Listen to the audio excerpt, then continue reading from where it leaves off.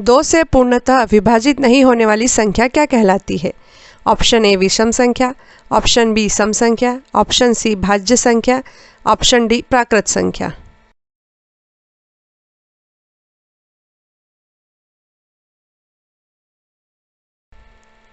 Answer है option ए विषम संख्या। Which word is a abstract nouns? A little knowledge is a dangerous thing. Option A little, option B dangerous, option C knowledge, and option D thing.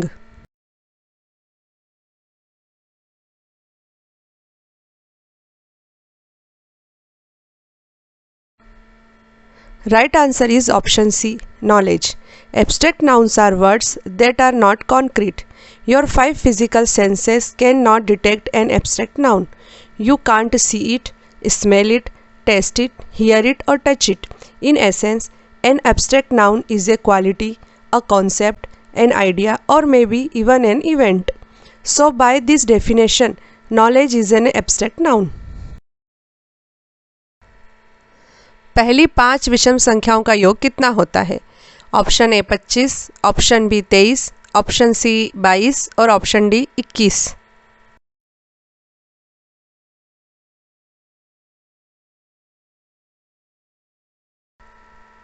इसका उत्तर है option a 25। हमने आपको जो trick बताई है उसके हिसाब से 5 गुणित 5 बराबर 25। छत्तीसगढ़ में जगदलपुर के निकट स्थित विश्व प्रसिद्ध कुटुम्बसर गुफा की खोज किसने की थी? इसके ऑप्शन है A doctor Shankar Tiwari, B Richard Hicks, C doctor Krishna Murari Sharma और डी जेम्स वी स्मिथ।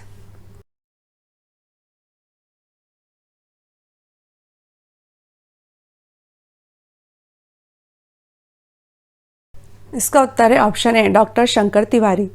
कुटुम्बसर गुफा छत्तीसगढ़ में जगदलपुर के निकट स्थित है। इसे कैंपियोला शंकराई गुफा भी कहा जाता है। यह माना जाता है कि कभी कुटुम्बसर गुफा में आदि मानवों का बसेरा था। कुटुम्बसर गुफा में अंधी मछलियां पाई जाती हैं। इस गुफा की खोज 1951 में प्रसिद्ध भूगोल वैज्ञानिक डॉक्टर शंकर तिवारी ने की थी। लाइमस्टोन अर्थात चूना पत्थर से बनी इस गुफा की कार्बन डेटिंग करने पर यह पता चला कि इसका निर्माण लगभग 250 करोड़ वर्ष पूर्व हुआ था। इस गुफा की सबसे खास बात यह है कि यहाँ जो स्तंभ बने हैं वह अपने आप प्राकृतिक तरीके से बने हैं। पानी की बूंदों के साथ जो कैल्शियम गिरता गया उसने धीरे धीरे चमकते हुए स्तंभों का रूप ग्रहण कर लिया। गौरतलब है कि कुटुम्बसर गुफा कांगेर घाटी नेशनल पार्क में स्थित है। कांगेर घाटी को 1982 में नेशनल पार्क का दर्जा दिया गया था।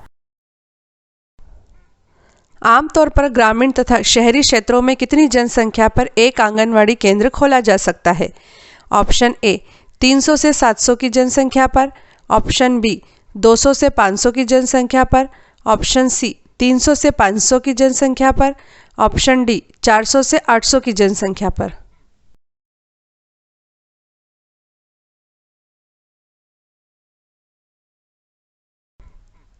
उत्तर है ऑप्शन डी 400 से 800 की जनसंख्या पर। किस एसिड की टेबलेट्स देकर गर्भवती महिलाओं में विटामिन B12 की कमी से उत्पन्न मेगालोब्लास्टिक एनीमिया को ठीक किया जा सकता है? ऑप्शन ए फोलिक एसिड की टेबलेट्स देकर, ऑप्शन बी सिट्रिक एसिड की टेबलेट्स देकर, ऑप्शन सी एसिटिक एसिड की टेबलेट्स देकर, ऑप्शन डी लैक्टिक एसिड की टेबलेट्स देकर।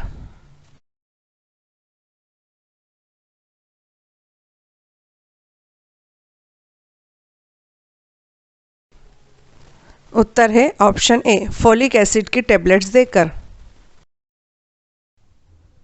भारत सरकार के द्वारा कुपोषण के स्तर में कमी लाने के लिए पोषण अभियान का शुभारंभ किस तारीख से हुआ है?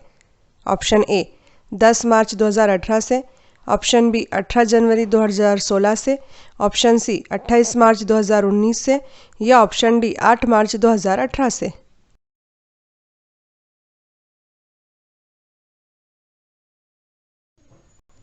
आंसर इज 8 मार्च 2018 से। किशोर न्याय अधिनियम 2015 को किस दिन राज्यसभा ने पारित किया था? ए 22 दिसंबर 2015 को, बी 15 जून 2015 को, सी 7 जुलाई 2015 को, डी 1 नवंबर 2015 को। उत्तर है ए 22 दिसंबर 2015 को। घरेलू हिंसा से महिलाओं का संरक्षण अधिनियम 2005 में कुल कितने अध्याय हैं? ए 3, बी 5, सी 7, डी 10।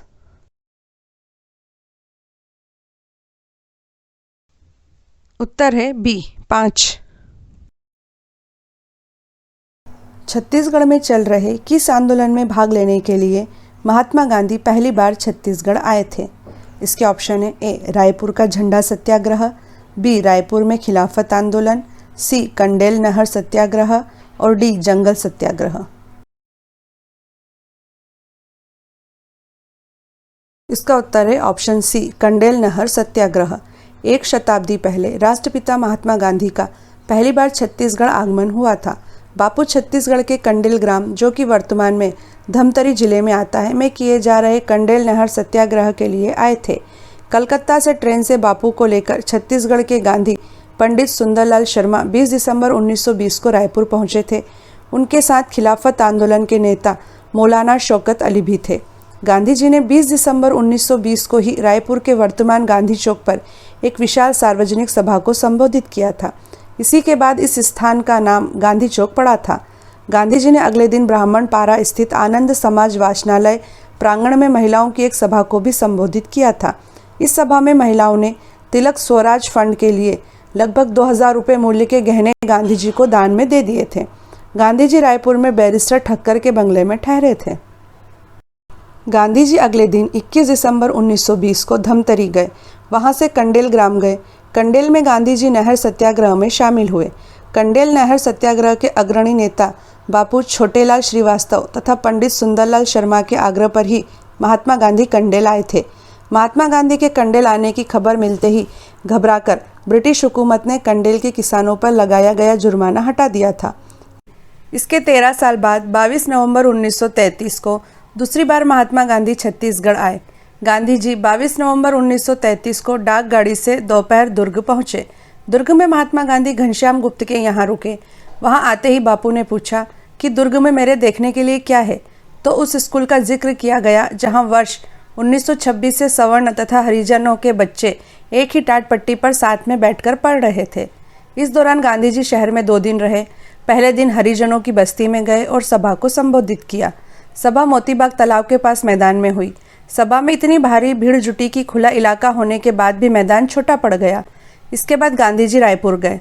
24 नवंबर 1933 को उन्होंने रायपुर के लारी स्कूल में जनसभा को संबोधित किया।